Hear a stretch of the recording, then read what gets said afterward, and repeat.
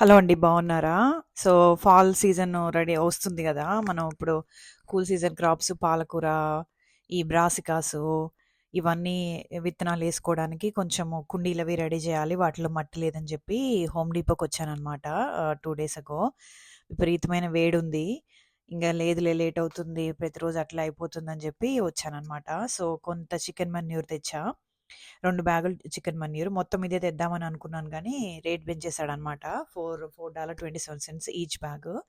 ఇంక పక్కనే చూస్తే ఈ ఎర్త్ గ్రో అని చెప్పి దాంట్లో పాటింగ్ మిక్స్ విత్ మన్యూర్ మిక్స్‌తో ఉందని ఇచ్చాడనమాట. అది $2.50 సో, అందుకని చెప్పి ఇది 6 బ్యాగ్స్ తీసుకొని 2 బ్యాగ్స్ చికెన్ మన్యూర్ తీసుకున్నా.